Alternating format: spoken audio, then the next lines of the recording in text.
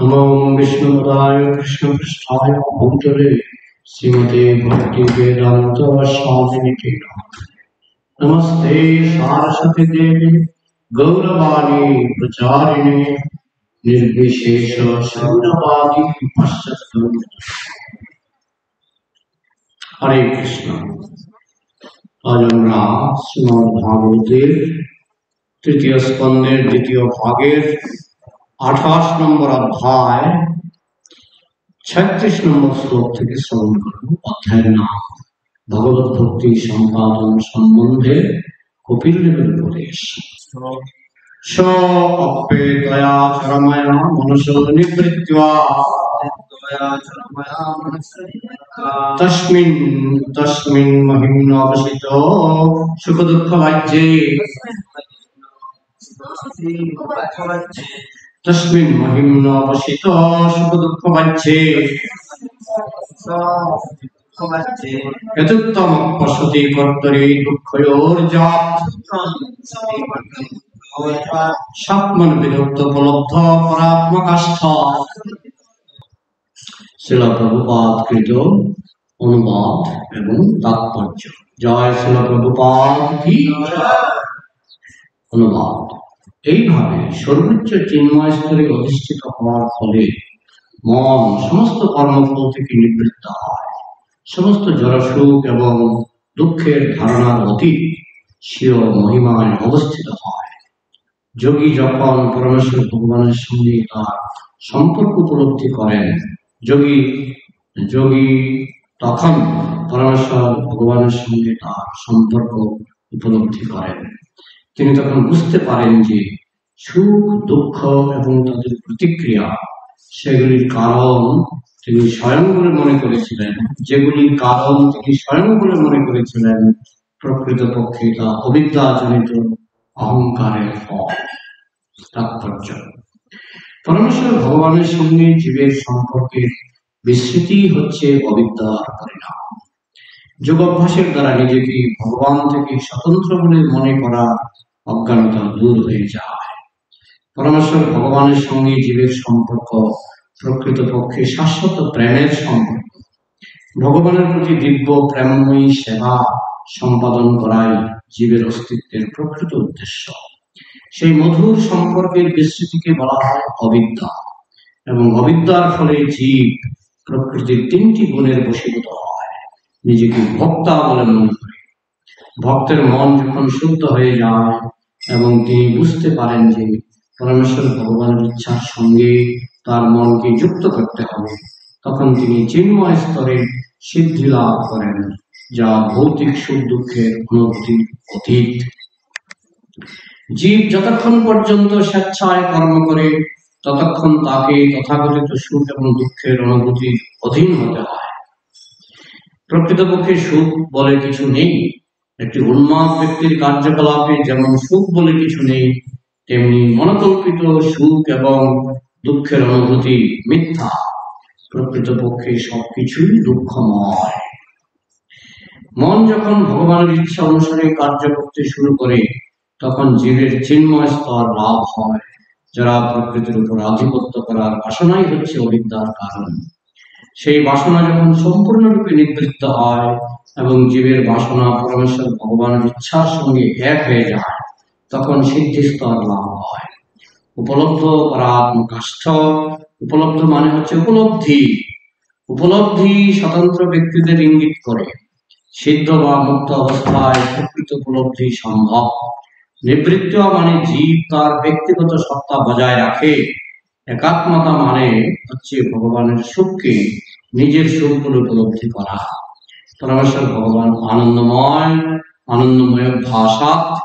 ভগবান স্বাভাবিকভাবে দিব্য আনন্দে পূর্ণ।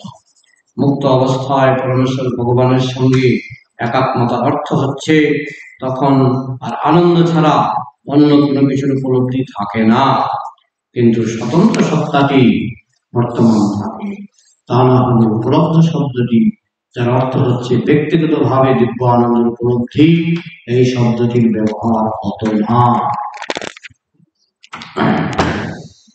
এইভাবে সর্বোচ্চ চিন্ময় স্তরে অধিষ্ঠিত হওয়ার ফলে মন সমস্ত কর্মফল থেকে নিবৃত্ত হয়। তো যোগ ইন্দ্রিয় সংযম, যোগ মানে হচ্ছে ইন্দ্রিয় সংযম। আর কপিল দেব এখানে যোগের কথাই ব্যাখ্যা করছেন, কি করে যোগী হওয়া যায়। মনকে যখন পরমাত্মার সঙ্গে যোগ করা হয় তখন তাকে বলা হয় যোগী। দুটো শব্দ, যোগ আর বিয়োগ। মনকে যখন ভগবান থেকে দূরে সরানো হয় তখন তাকে বলা হয় বিয়োগ, আর মনকে যখন ভগবানের সঙ্গে যোগ করা হয় তখন তাকে বলা হয় যোগ। তো সেই যোগের অবস্থায় মন সমস্ত কর্মফল থেকে মুক্ত হয়। তা আমাদের মনের মধ্যে যে চঞ্চলতা, সেটা হচ্ছে আমাদেরই পাপ কর্মের ফল। আমরা যত বেশি পাপ করব মন তত বেশি চঞ্চল হবে। যে কোনো জিনিস, যে কোনো পাপ কর্ম, যেমন নেশা, যে জীবনে কোনোদিন নেশা করেনি, আমি তো বুঝতে পারি না। আমার যেমন ধূমপান না করলে কি হয়, অনেক ভক্তি বুঝতে পারে না। শিশুকাল থেকে ধূমপান করেনি, তাই বুঝতেই পারে না যে ধূমপান না করলে কি হয়, কিছু অসুবিধা হয় না তো। কিন্তু যে ধূমপানে অভ্যস্ত হয়ে গেছে তার পক্ষে খুব কঠিন, সে ধূমপান না করে থাকতে পারে না। এই জন্য বলা হচ্ছে যে আমরা যখন ভগবানের নির্দেশ মতো জীবনযাপন করে ভগবানের প্রতি, কৃষ্ণের প্রতি, এখানে যোগমার্গে নারায়ণের চতুর্ভুজ নারায়ণের, যিনি হচ্ছেন কৃষ্ণেরই অংশ। কিন্তু ভক্তদের নারায়ণের চিন্তা করতে হয় না, ভক্তদের কৃষ্ণ চিন্তা করলেই হয়। কিন্তু যখন কৃষ্ণের প্রতি চিন্তা আসবে তখন মনের চঞ্চলতা সব দূর হয়ে যাবে এবং সমস্ত জড়সুখ এবং দুঃখের ধারণার অতীত স্বীয় মহিমা অবস্থিত হয়। দুটো জিনিস, দুঃখ আর সুখ। এখন বলা হচ্ছে দুঃখটাও কাল্পনিক, সুখটাও কাল্পনিক। প্রভুপাদ বলছেন না, দুঃখটা আছে, দুঃখটা এই জগতে আছে, কিন্তু এই জগতে সুখ হচ্ছে কাল্পনিক। সুখ নেই, কিন্তু আমরা মনে করছি সুখ আছে। তো প্রভুপাদ তো দৃষ্টান্ত দিয়ে বুঝিয়ে দিয়েছেন। যেমন একটা শুকর, বলে একই দৃষ্টান্ত বারবার দিচ্ছেন কেন? আরে আমাদের যতক্ষণ আমরা পয়েন্টটা আসবে, যতক্ষণ আলোচনাটা আসবে, আমাদের তো পয়েন্ট আনতেই হবে। একটা শুকর যখন মলমূত্র খাওয়ায়, পায়খানা খাওয়ায়, সে খুব লেজ ধরে, কেন লেজ ধরে? আনন্দ পাবে। আমি যদি বলি শুকর সংসারে সুখ নাই, হে শুকর সংসারে সুখ নাই, বুঝবে কি বলছে, কি সুন্দর, কি মজা পাচ্ছি, ঘুত করে আপনি বলছেন তাকে, তাই না? তাইলে মানুষ বলছে সুখ নাই, শুকর বলছে সুখ আছে, ঠিক আছে? সুখ আছে সে তো বলছে না, মানে সুখ আছে। লেজ যাচ্ছে মানে কি? ভীষণ মজা। তো শুকর বলছে সুখ আছে, মানুষ বলছে সুখ নাই। বরং শুকর যখন মলমূত্র খায় মানুষ না করে মারে। মানুষ বলছে সুখ নাই, শুকর বলছে সুখ আছে। ঠিক তেমনি মানুষ বলছে সুখ আছে, দেবতারা বলছে সুখ নাই। আবার দেবতারা বলছে সুখ আছে, বৈকুণ্ঠবাসীরা বলছে সুখ নাই। তোমার ওই দেবলোকে সুখ নাই।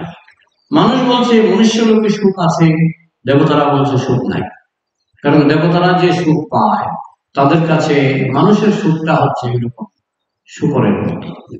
শুকরের মতো তুচ্ছ। তো এই জন্য ওই এখানে সুখ বলে কোনো জিনিসই নেই। শুকর যেমন ভুল করে পায়খানার খাওয়ার সুখকে সুখ বলে মনে করে, মানুষও ভুল করে এই জড়জগতের যে মানে দুঃখটাকেই সুখ বলে মনে করে। জড়জগতে যা কিছু আছে সবই দুঃখ। ভগবান সুখালয়ন বলেননি, अब्रह्मा भवनात्मका पुनरावर्तितमर्जुन ममोपत्यतु कौन्तेय पुनर्जन्म न विद्यते। তার কাছে দুঃখালয়ম অশাশ্বতম নাপ্নুবন্তি মহাত্মানা সংসিদ্ধিং পরমাঙ্গত। বলছে এই সংসারটা হচ্ছে দুঃখালয়ম অশাশ্বত। দুটো ওয়ার্ড ভগবান অতি সংক্ষেপে দুটো ওয়ার্ড দিয়ে জগতের পরিচয় দিয়ে দিয়েছে। একটা হচ্ছে দুঃখালয়ম, আর একটা হচ্ছে অশাশ্বত। এই সংসারটা দুঃখের, এটাকে সুখালয় বলা হয়নি। কৃষ্ণ নিজে মুখে বলেছেন এটা দুঃখালয়, দুঃখের বাড়ি। আর কি বলে, ঠিক আছে কৃষ্ণ দুঃখের বাড়ি মানলাম, ঠিক আছে অ্যাডজাস্ট করে কোনো মতে মানিয়ে থেকে যাবে। থাকতে পারবে না, মরতে হবে। থাকতে পারবে না, এখান থেকে বিদায় নিতে হবে।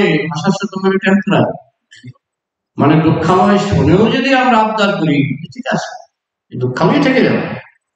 কৃষ্ণ বলছেন তাও পারবে না। একে তো দুঃখালয়, দুঃখের বাড়ি, থাকা নিষ্প্রয়োজন। দ্বিতীয়ত থাকতে চাইলেও থাকতে পারবে আশাস্য, টেম্পোরারি।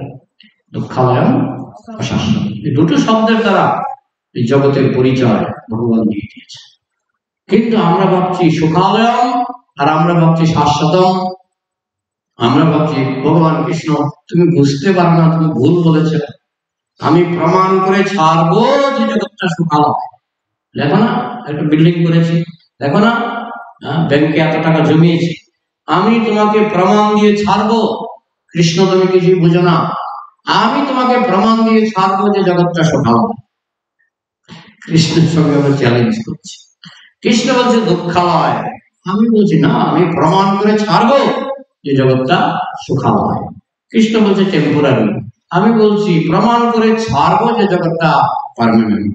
দেখো না কি শক্ত বিল্ডিং করেছি, পার্মানেন্ট, কোনোদিনও নষ্ট হবে না। তো কৃষ্ণের কথা আমরা মানতে চাইছি না। কিন্তু এখানে প্রভুপাদ তাৎপর্য ব্যাখ্যা করেছেন সবটাই স্বপ্নের মতো। এই সংসারের সুখ দুঃখ আসলে দুঃখ, আসলে দুঃখ, কিন্তু সবটাই স্বপ্নের মতো। আমরা যে সুখ পাচ্ছি সেটাও স্বপ্নের মতো, দুঃখ পাচ্ছি সেটাও স্বপ্নের মতো, কিন্তু আমরা তো বুঝতে পারি না। কেন বুঝতে পারি না? প্রভুপাদ তাৎপর্য লিখেছেন অবিদ্যা, অজ্ঞান। অজ্ঞানের ফলে আমরা বুঝতে পারি না যে এই সংসারের সুখ স্বপ্নের মতো, দুঃখটাও স্বপ্নের মতোই। কারণ দুঃখ তো নাই ভগবত ধামে এবং আত্মার মধ্যে। ভগবান হচ্ছে আনন্দময় ভাষা। এখানে প্রভুপাদ বলছেন আনন্দময় ভাষা। আনন্দময় ভাষা, ভাষাত কথাটার মানে কি? আমরা বলি অভ্যাস। এখানে প্রভুপাদ ভাষাত কথাটা ব্যাখ্যা করেছেন স্বাভাবিক। স্বাভাবিকভাবে ভগবান আনন্দময়, স্বাভাবিক। জোর জবরদস্তি করে তাকে আনন্দময় হতে হয় না। ভগবান স্বাভাবিকভাবে আনন্দময়, আনন্দই হচ্ছে তার স্বভাব। আর আমরা তারই অংশ। আমরা যেহেতু তারই অংশ, আমাদেরও স্বভাব আনন্দময়। তিনি আনন্দময়, আমরা আনন্দময়। তিনি সচ্চিদানন্দ বিগ্রহ, আমরাও সচ্চিদানন্দ বিগ্রহ। বিগ্রহের রূপ আছে, আমাদের রূপ আছে। তিনি আনন্দময়, আমরা আনন্দময়। সৎ মানে পার্মানেন্ট, তিনি পার্মানেন্ট, আমরাও পার্মানেন্ট। সচ্চিত মানে কনসাস, চেতন, তিনি চেতন, আমরাও চেতন। সচ্চিদ আনন্দ, তিনি আনন্দময়, আমরা আনন্দময়। বিগ্রহ, তার রূপ আছে, আমাদের রূপ আছে। তো এইভাবে ভগবানের সঙ্গে আমাদের মিল আছে। কিন্তু যখন আমরা ভাবলাম যে ভগবানকে ছেড়ে আমরা নিজেরা ফুর্তি করব, ভগবানকে দেব না, ভগবানকে বাদ দিয়ে আমরা নিজেরা ফুর্তি করব, আনন্দ করব, তখনই শুরু হয় নকল সুখ নকল দুঃখ। নকল সুখ নকল দুঃখ। এই সংসারে সুখটাও দুঃখ, দুঃখটাও দুঃখ। আর চিৎ জগতে দুঃখটাও সুখ, সুখটাও সুখ। চিৎ জগতে দুঃখটাও সুখ। রাধারানী সারাদিন কান্না করে, অপার আনন্দ। গোপীরা সারাদিন কান্না করছে, অপার আনন্দ। শুদ্ধ ভক্তরা তারা চোখের জল ফেলে, অপার আনন্দ, অপার আনন্দ। তাই না? তার মানে কি চিৎ জগতে দুঃখটাও বলা হচ্ছে, দুঃখটা সবচেয়ে বেশি আনন্দ। চিৎ জগতে দুঃখটা হচ্ছে সবচেয়ে বেশি আনন্দ। এখন যেমন আমাদের কৃষ্ণের জন্য চোখে জল আসে না, যেদিন কৃষ্ণের জন্য চোখে জল আসবে সেদিন আপনি সবচেয়ে বেশি আনন্দ পাবেন, সেদিন আপনি সবচেয়ে বেশি আনন্দ পাবেন। তার মানে কি চিৎ জগতের দুঃখটা হচ্ছে বেশি আনন্দ। এই জন্য তো মহাপ্রভু দিলেন বিপ্রলম্ব রস। রস, রস মানে কি? রস মানে আনন্দ, রস মানে স্বাদ, আনন্দ।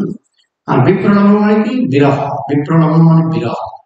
সবচেয়ে বড় রস, সবচেয়ে বড় আনন্দ হচ্ছে আপনি যখন কৃষ্ণের সঙ্গে বিরহ বোধ করবেন, কৃষ্ণের বিচ্ছেদ অনুভব হবে, দুঃখ হবে, কান্না পাবে, সেটা হচ্ছে সবচেয়ে বড় আনন্দ। তো যাই হোক, এই সংসারে আমরা স্বপ্নের সুখ, স্বপ্নের দুঃখ, আর এটা কেন হয়? অজ্ঞানতা। প্রভুপাদ পুঙ্খানুপুঙ্খভাবে ব্যাখ্যা করেছেন তাৎপর্য অজ্ঞানতা।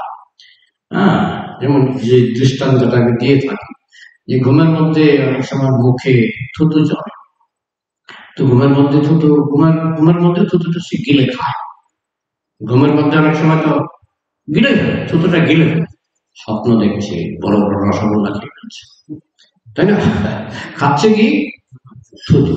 দেখছে কি? রসগোল্লা। তো এই জগৎটা একজাক্টলি ছিল।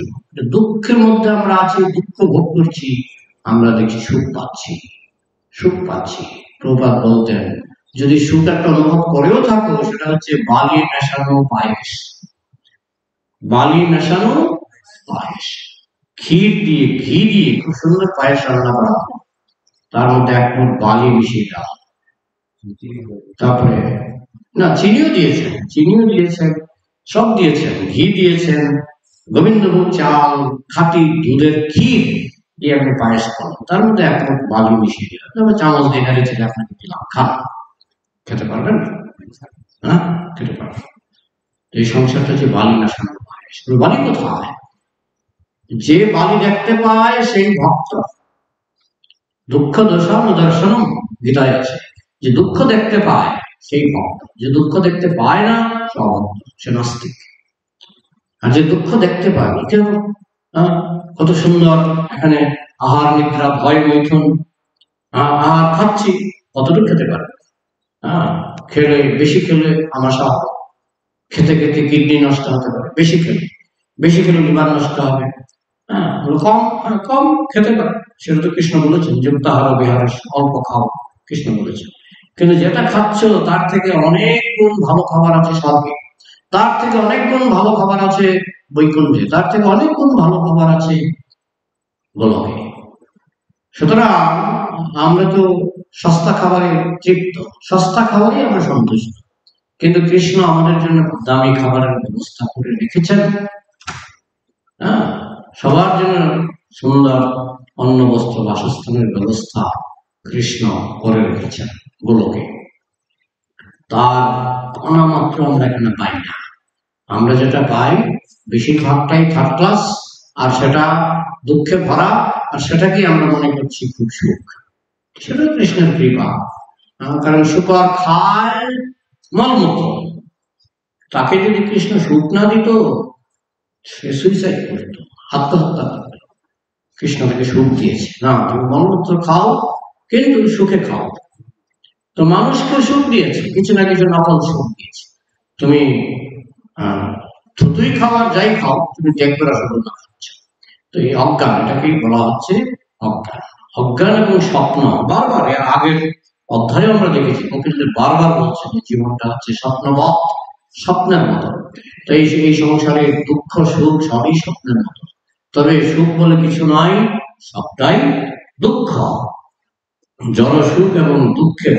তবে যখন ঘুম ভেঙে যাবে তখন অজ্ঞানতা কেটে যাবে, তখন নকল দুঃখ আর নকল সুখ আমাদের আকর্ষণ করবে না। এখানে ঘুম ভাঙা মানে বিছনা থেকে উঠা নয়, ঘুম ভাঙা মানে চিন্ময় চেতনা, কৃষ্ণ চেতনা।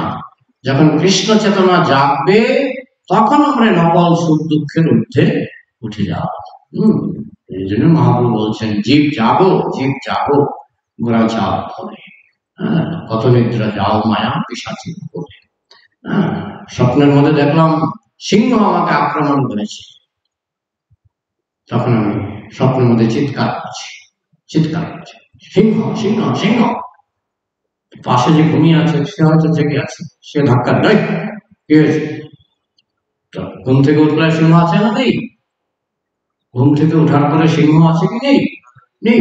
ঠিক তেমনি আমরা যখন কৃষ্ণ চেতনায় জেগে উঠবো তখন আর এই মায়ার সংসারে সুখও থাকবে না, দুঃখও থাকবে না, মন খারাপ করার কিছু নেই, সুখ থাকবে না। সুখের থেকে কোটি গুণ বেশি জিনিস পাওয়া যাবে, এই সংসারের নকল সুখের থেকে কোটি গুণ বেশি জিনিস পাওয়া যাবে। সেটা যতদিন পাবো না ততদিন আমার এই নকল সুখে আকর্ষণ বোধ করবে, নকল সুখ আমাকে আকর্ষণ করবে। কিন্তু যেদিন আমরা সর্বাকর্ষক শ্রীকৃষ্ণকে পেয়ে যাব, সেদিন আর নকল সুখে আমার বমি হবে।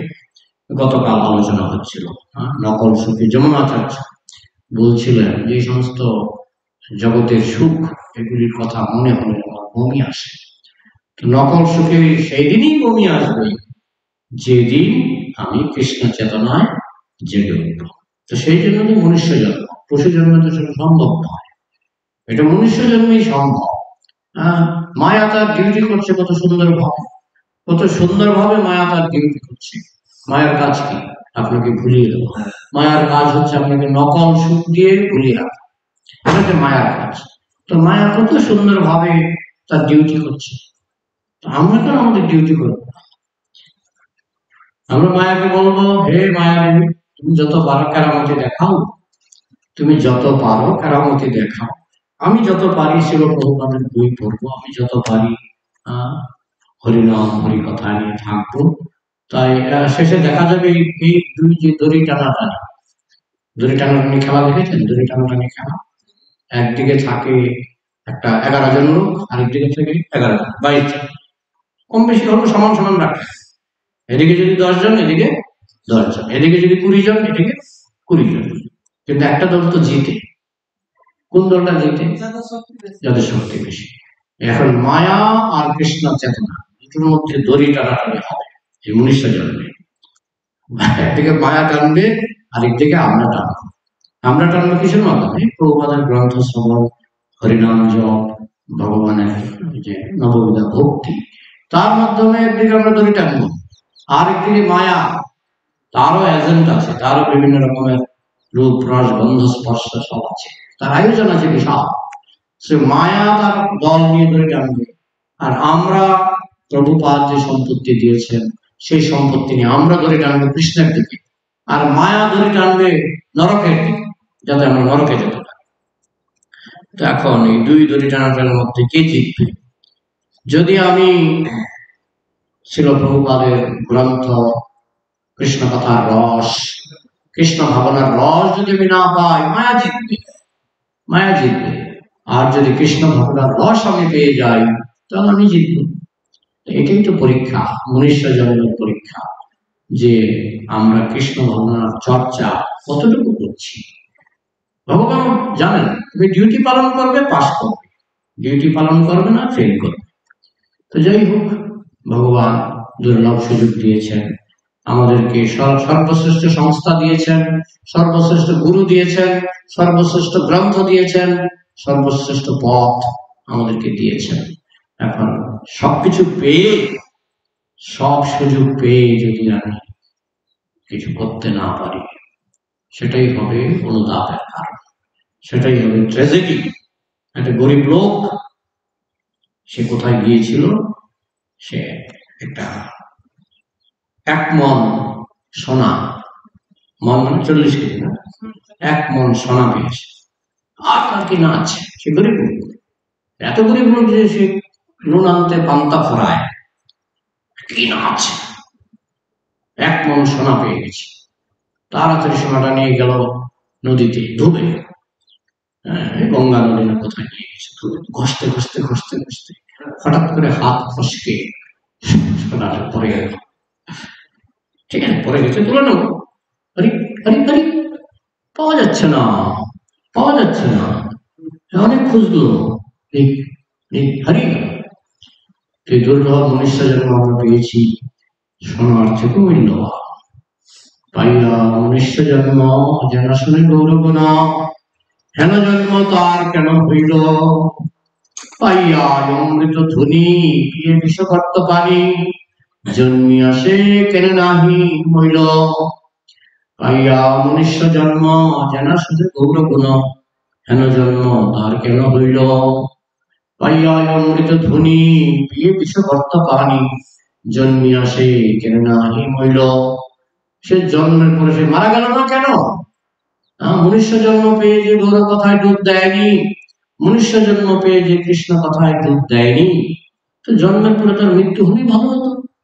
এই মনুষ্য জন্ম পেয়ে যারা এই সুযোগ সদ্ব্যবহার করলো না, 1 মণ সোনা পেয়ে গেলাম, কিন্তু এটা হাত ফসকে পড়ে গেল।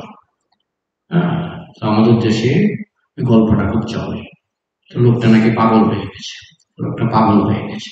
লোকটা নদী থেকে উঠে বলে ধুইতে গেল, ধুইতে মানে ধোয়ার সময়, ধুইতে মানে ধোয়ার সময়, ধুইতে গেল। 1 মিনিট পরে পড়ে বলো ধুইতে গেল, ধুইতে গেল, ধুইতে গেল। তো পাড়ার ভিতরে ঢুকেছে, গ্রামের ভিতরে ঢুকেছে, গ্রামের লোকেরা জিজ্ঞেস করছে এই কি হয়েছে? ধুইতে গেল, ধুইতে গেল, পাগল হয়ে গেছে, ধুইতে গেল। আমরা যদি মনুষ্য জন্মটাকে ঠিক মতো ইউজ না করি, এই অমূল্য সম্পদ আমরা যদি ঠিক মতো ইউজ না করি, তাহলে মৃত্যুর সময় আমরা বলবো ধুইতে গেল, ধুইতে গেল, চলে গেল, সুযোগ চলে গেল। আবার কত কোটি বছর পরে আসবে কোনো গ্যারান্টি নেই, কত কোটি বছর পরে সুযোগ পাবো কোনো গ্যারান্টি নেই। এখন ভগবান কৃপা করে আমাদের যোগ্যতা না থাকলেও প্রভুপাদ বলছেন তোমাদের কোনো যোগ্যতা নাই, আমি তোমাদের স্বীকৃতি দিচ্ছি। প্রভুপাদ একদিন ক্লাসে বলছিলেন যে অজ্ঞাত স্বীকৃতির ফলে মানুষ ভক্তি পথে আসে। তো একজন বিদেশি ভক্ত প্রভুপাদকে প্রশ্ন করছেন, আমি কি স্বীকৃতি করেছিলাম যে আমি আপনার কাছে দীক্ষা পেলাম? প্রভুপাদ বলছেন তোমার কোনো স্বীকৃতি নাই, আমি তোমাকে আমার স্বীকৃতির ভাগ দিয়েছি, আমার স্বীকৃতির ভাগ দিয়েছি। তো আমরা যারাই কৃষ্ণ পথে এসেছি আমাদের নিজস্ব স্বীকৃতি নেই, ধরে নেই, নিজস্ব কোনো ক্রেডিট নাই, গুরু কৃষ্ণের কৃপা। তিনি আমাদেরকে অহৈতুকী কৃপা করে আমাদের সুযোগ দিয়েছেন। এখন এটা যদি হাতছাড়া হয়ে যায়, এটা যদি হাতছাড়া হয়ে যায় তাহলে সারা জীবন, সারা জীবন কেন লক্ষ লক্ষ জীবন ধরে অনুতাপ করতে হবে। গেল, সুযোগ পেয়েছিলাম, গেল, দুইতে গেল। তো যাই হোক, যাই হোক, আমাদের সুযোগটা নিতে হবে যতদূর সম্ভব। কৃষ্ণ কনসাসনেস জাগ্রত করার জন্য যে নববিধা ভক্তি, 9 রকমের ভক্তি, যতদূর সম্ভব লেগে থাকতে হবে। যত আমরা কৃষ্ণ ভাবনা চর্চা করব, তত আমরা ঘুম থেকে উঠবো, জেগে উঠবো, তখন এই স্বপ্নের সুখ, স্বপ্নের দুঃখ সব চুরমার হয়ে যাবে। তখন আসল সুখ, আসল আনন্দ, কৃষ্ণ কনসাসনেস, সেই আসল আনন্দ আমাদেরকে আকর্ষণ করতে শুরু করবে। আর না হলে তো স্বপ্নের সুখ নিয়েই আমরা পড়ে থাকবো। তো রাখছি, কারো যদি কিছু প্রশ্ন থাকে আলোচনা করা যায়।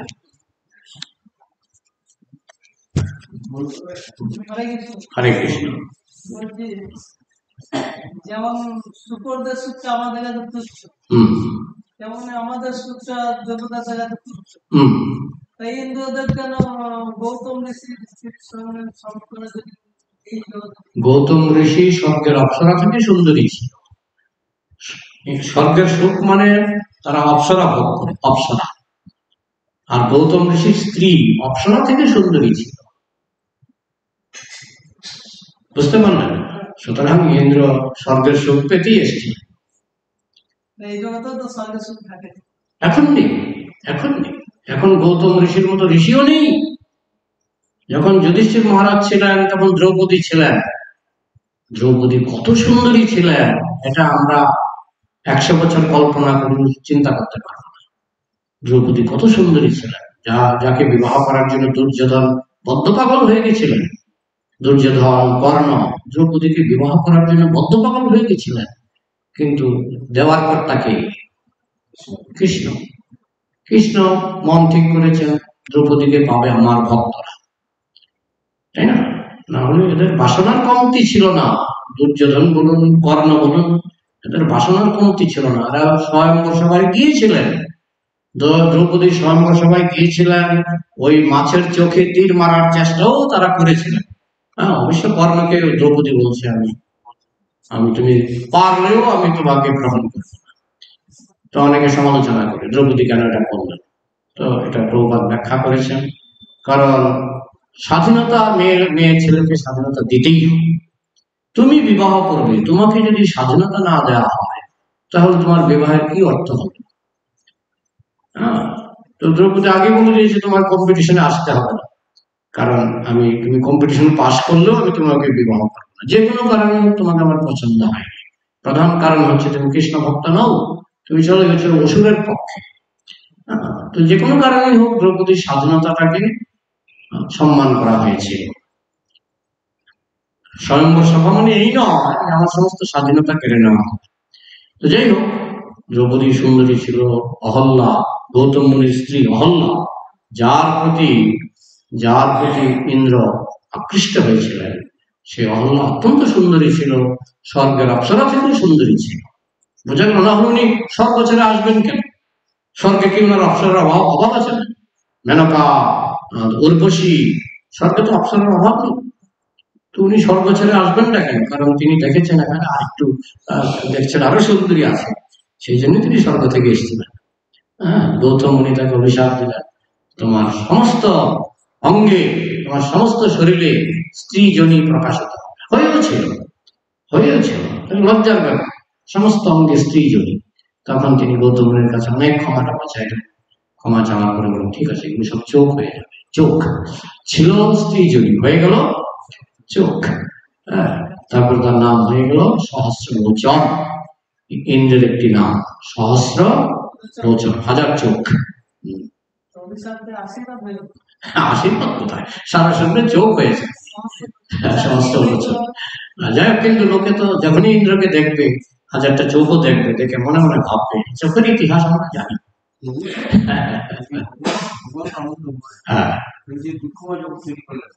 দুঃখময় জগৎ তৈরি করেছেন সবার জন্য নয়। 4 ভাগের 3 ভাগ লোক আনন্দময় জগতে আছে। যেমন সরকার কি চায়? প্রজারা আনন্দে থাকুক। সরকার জেলখানাটা কেন তৈরি করে? সরকার চায় সবাই বিশ্ববিদ্যালয়ে গিয়ে পড়াশোনা করুক। সরকার বিশ্ববিদ্যালয় বানিয়েছেন, জেলখানা বানিয়েছেন। তো সরকার তো সব বিশ্ববিদ্যালয় বানালেই পারতেন, জেলখানা কেন বানাতে গেলেন? সরকার তো চায় সবাই পড়াশোনা শিখুক, সবাই সুখে থাকুক, সরকার তো চায়। তো উনি জেলখানাটা কেন বানাতে গেলেন? যারা সরকারের কথা শুনবে না তাদের জন্য। ঠিক তেমনি কৃষ্ণ হচ্ছেন আমাদের সরকার। তিনি 4 ভাগের 3 ভাগ জীবের জন্য তিনি গোলক বৈকুণ্ঠ বানিয়ে রেখেছেন, আর তারা সেখানেই সবসময় থাকে। 1 ভাগ লোক, 4 ভাগের 1 ভাগ লোক আমরা কৃষ্ণের কথা শুনবো না। আমরা কম খতরনাক না, আমরা বড় খতরনাক, আমরা কৃষ্ণের কথা শুনবো না। কৃষ্ণ বলে ঠিক আছে, তুমি যা চাও, তুমি আসল সুখ তো পাবে না, নকল সুখ নিয়ে তোমাকে থাকতে। বুঝতে পারছি না, দুঃখের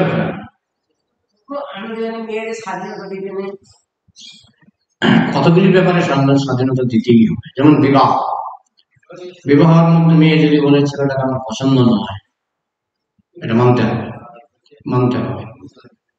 কারণ তাকে যদি জোর করে, যেমন রুক্মিণীকে জোর করে বিবাহ দিতে চেয়েছিলেন তার ভাই রুক্ম, কিন্তু রুক্মিণী বলছে আমি শিশুপালকে বিবাহ করবো না। বিবাহের ক্ষেত্রে মেয়েদেরকে স্বাধীনতা দিতেই হবে, তবে গার্জেনের তত্ত্বাবধান থাকবে, সুপারিশ থাকবে, পছন্দ অপছন্দ বলবে। স্বয়ংবর সভা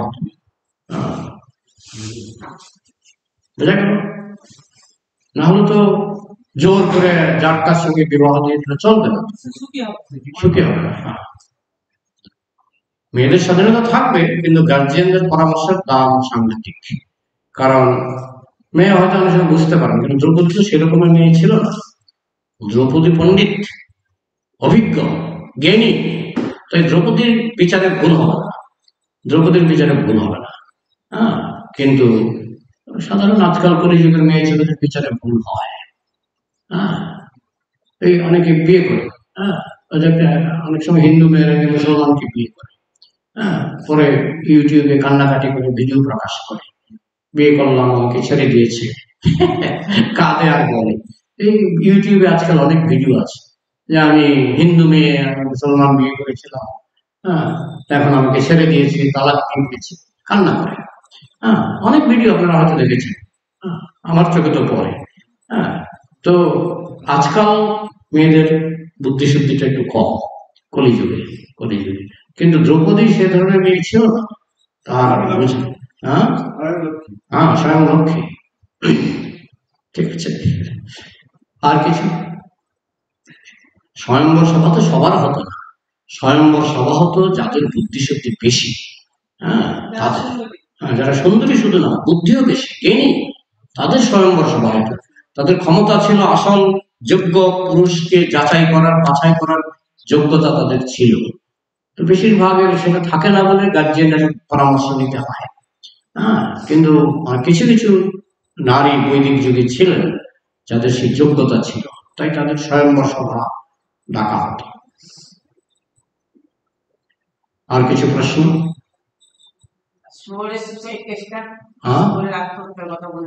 শুয়োর আত্মহত্যা করবে যদি তাকে জ্ঞান দেওয়া হয়। শুয়োরকে যদি জ্ঞান দেওয়া হয়, হ্যাঁ, যে আমি মলমূত্র খাচ্ছি, সেই জ্ঞানটা যদি মানুষকে যদি ধরে নিয়ে হাতায় হাতায় চামচ দিয়ে দিয়ে মলমূত্র খাওয়ানো হয়, সে সুযোগ পেলে দড়ির গলায় দড়ি দিয়ে দেবে, তাই না? আমি কি বললাম? শুয়োরকে যদি মানুষের মতো জ্ঞান দেওয়া হয়। আমি বলছিলাম কৃষ্ণ অজ্ঞানতাটা হচ্ছে কৃপা। কৃষ্ণ যে শুকরকে অজ্ঞানতা দিয়েছে সেটা হচ্ছে কৃপা। এমনকি আমাদের যে অজ্ঞানতা দিয়েছে সেটা এক ধরনের কৃপা। তাহলে আমরা সুইসাইডই করতাম, কারণ আমরা তো দুঃখের মধ্যে আছি, কিন্তু দুঃখটাকে আমরা তো টের পাই না। কৃষ্ণ আমাদেরকে ভুলিয়ে দিয়েছে, না তুমি সুখী আছো। তো শুকর সে খাচ্ছে মলমূত্র, কিন্তু সে মনে করছে আমি সুখী আছি। ওই যে ভুলিয়ে দেওয়াটা কৃষ্ণের কৃপা। কৃষ্ণ যদি ভুলিয়ে না দিতেন, এটা আমি বলছিলাম, কৃষ্ণ যদি ভুলিয়ে না দিতেন শুকরও সুইসাইড করত, তাই না? ভুলিয়ে দিয়েছেন, আর সুইসাইড করবে, তাই না? বোঝার ক্ষমতা নেই। আর কিছু? চলে রাখছি। জয় গ্রন্থরাজ শ্রীমদ ভাগবত কি, সমবেত বৈষ্ণব ভক্তবৃন্দ কি, শ্রীল প্রভুপাদ কি, হৃদয় গৌর।